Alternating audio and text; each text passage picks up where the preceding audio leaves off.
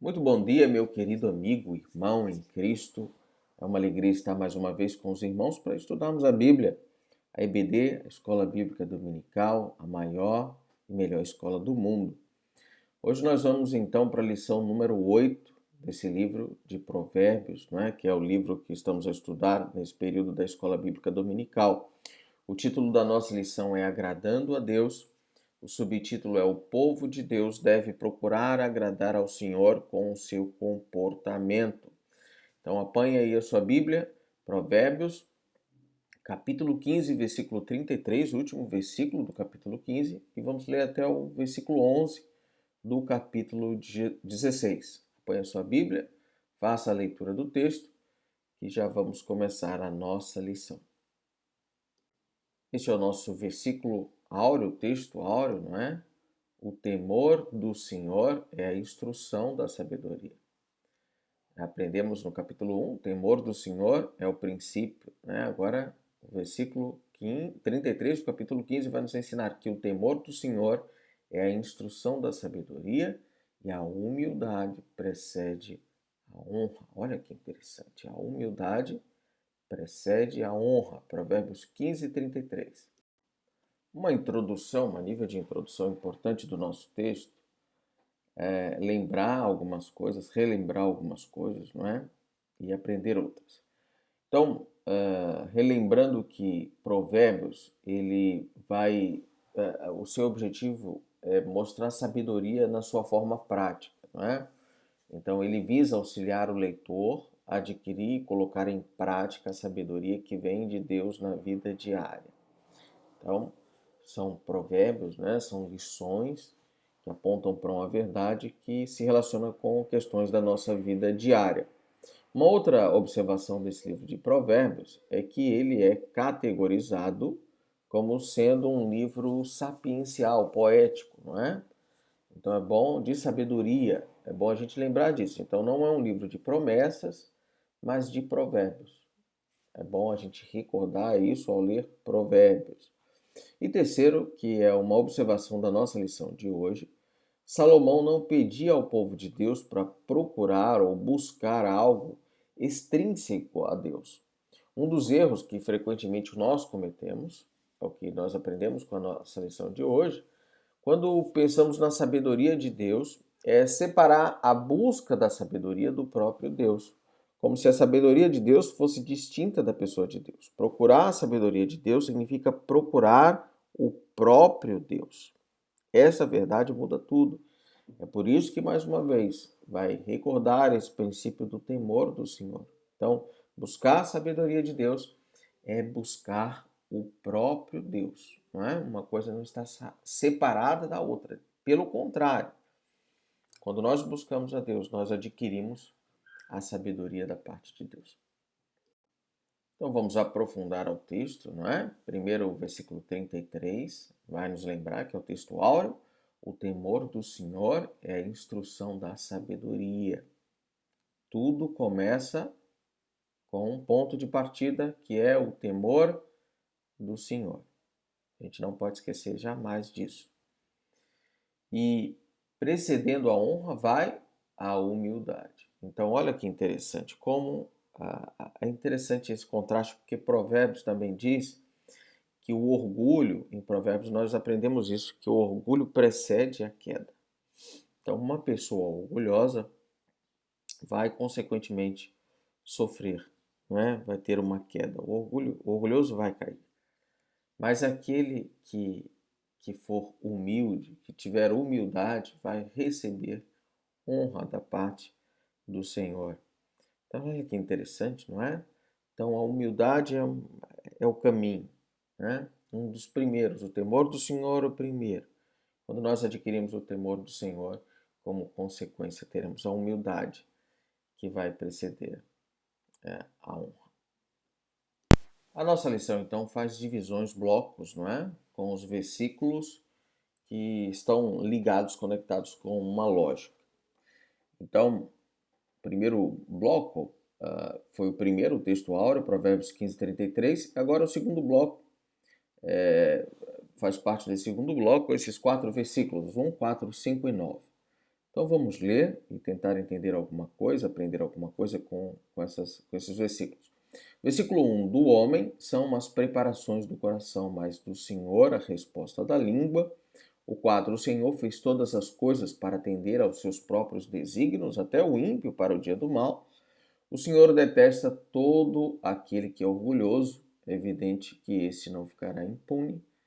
E o 9: o coração do ser humano traça o seu caminho, mas o Senhor lhe dirige os passos. O que é que nós aprendemos sobre esses 4 versículos? O que é que liga esses 4 versículos? A soberania de Deus. Então, há uma soberania de Deus que não nos livra, digamos assim, que não impede com que tenhamos a liberdade das nossas escolhas. Mas é importante entender que Deus é soberano sobre todas as coisas. Então, no versículo 1, numa outra versão, diz assim: é da natureza humana fazer planos, mas a resposta certa vem do Senhor. Então, o homem faz planos, dirige, né, tem as suas escolhas, mas Deus não perdeu o controle, né? A, a resposta certa vem da parte do Senhor. O Senhor fez tudo, versículo 4, numa outra versão, fez tudo com propósito, até mesmo o perverso para o dia da calamidade. Como é que a gente entende esse texto? Esse texto a gente entende assim, a cultura hebraica está a dizer que Deus tem um controle de todas as coisas, Ele é soberano. Então, quando a gente lê alguma coisa, principalmente no Antigo Testamento, porque a ideia hoje que nós temos é que há uma luta entre o bem e o mal, né? Que aquilo está sempre a lutar e nos últimos minutos o bem vai vencer o mal. Do ponto de vista bíblico, não é assim. Do ponto de vista bíblico, o mal existe, mas Deus é soberano sobre todas as coisas. Ele está muito, mas muito acima e controla todas as coisas, né?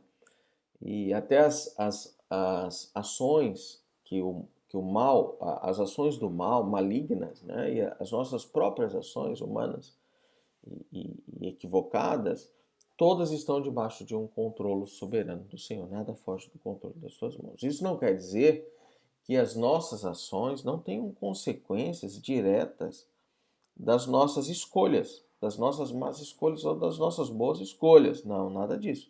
Nós temos a liberdade para fazer as nossas escolhas e nós vamos ser punidos ou vamos ser recompensados por nossas escolhas. Mas o que o texto está a dizer é que Deus é soberano sobre todas elas. Nada foge do controle do Senhor. Até os homens maus, né?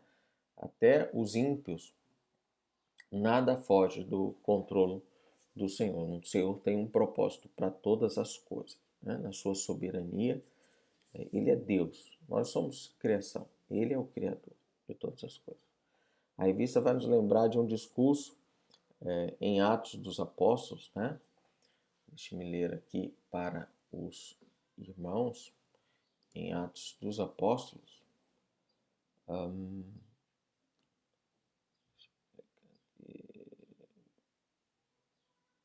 Meus queridos irmãos, vamos lá. Atos 2, 23. Ele, Jesus, que foi entregue pelo conselho determinado e pela presciência de Deus, vós o matastes, crucificando pelas mãos de ímpios. Atos 2, 23. Então está dizendo que Jesus foi entregue pelo conselho determinado e pela presciência de Deus. Não foi um plano B. Não foi algo, olha, longe do controle do Senhor. Não, Jesus foi entregue. E ele foi entregue. Deus tinha um plano para que aquilo acontecesse. Agora, as pessoas que mataram e crucificaram a Jesus, elas sofrerão. Foram as suas próprias escolhas em fazer isso, né? Então, está aí um paradoxo da nossa fé, mas que nós entendemos e compreendemos perfeitamente que Deus é soberano e que nós temos as nossas escolhas. Nós fazemos as nossas escolhas. Mas Deus é soberano. Com as nossas escolhas, Ele é soberano sobre todas as coisas. Pastor, às vezes eu não consigo compreender isso.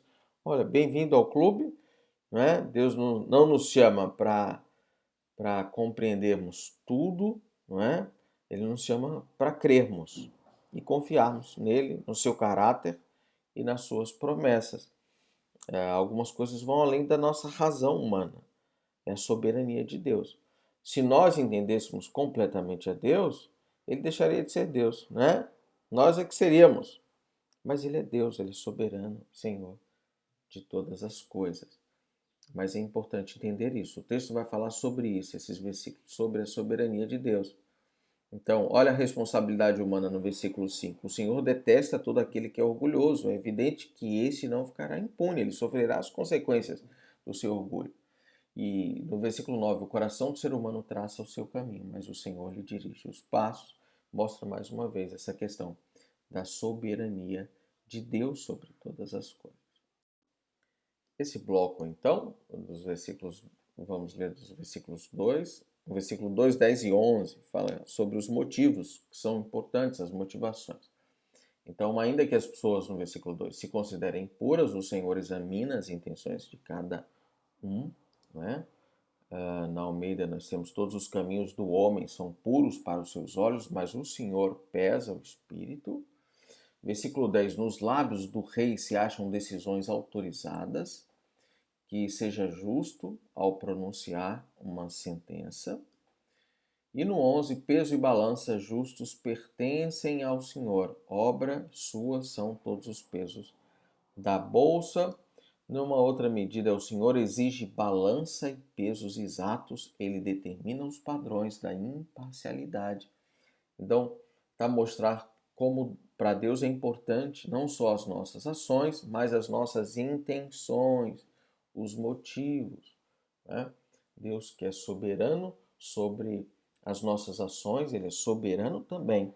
E ele compreende e entende perfeitamente as nossas verdadeiras motivações, os motivos.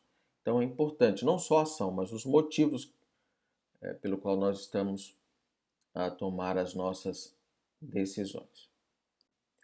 E por fim, o terceiro e último bloco, que inclui os versículos 3, 6 e 7, não é? Fala sobre bênção assegurada.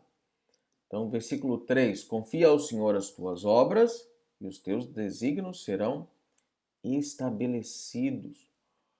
Ou, confia ao Senhor tudo que você faz e os seus planos serão bem-sucedidos. Olha que interessante, não é? Quando nós confiamos ao Senhor, quando nós entregamos ao Senhor os nossos planos, as nossas obras, tudo vai acontecer bem. Alguém disse, tudo que eu tentei segurar com as minhas mãos, fugiram das minhas mãos, mas aquilo que eu coloquei nas mãos do Senhor prosperou. Versículo 6, pela misericórdia e pela verdade se expia a culpa, e pelo temor do Senhor os homens evitam o mal. Olha que interessante, mais uma função aqui dessa expressão temor do Senhor. Pelo temor do Senhor, os homens evitam o mal. Né? Evitam. Então, o amor, a fidelidade, a misericórdia do Senhor fazem a expiação pelo pecado, se expia a culpa. E o temor do Senhor evitam, né? E pelo temor do Senhor os homens evitam o mal. Olha que interessante, não é? É importante a gente lembrar como é importante o temor do Senhor. Versículo 7, sendo o caminho dos homens agradável ao Senhor, este reconcilia com eles os seus inimigos. Olha que interessante também sobre quando nós fazemos aquilo que é agradável ao Senhor. Até seus inimigos vivem em paz com ela. Então, com essa pessoa, né? Que em outra versão diz, quando a vida de uma pessoa agrada ao Senhor, até seus inimigos vivem em paz com ela. Então é tão bom temer ao Senhor, é tão bom ser agradável ao Senhor, fazer a vontade do Senhor. Aqueles que vivem assim só vão colher bênçãos para a sua vida, né? Então, esses versículos e esse bloco vai nos lembrar disso, como é importante, como é bom obedecer, temer, buscar essa sabedoria da parte do Senhor. Aplicar a vida. Então, quais aplicações podemos tirar da EBD de hoje? Os crentes mostram sabedoria, procurando agradar a Deus em tudo o que fazem. Isso é ser sábio, né? Sabedoria não está longe, não está afastada de Deus. Quando buscamos sabedoria ao buscarmos a Deus.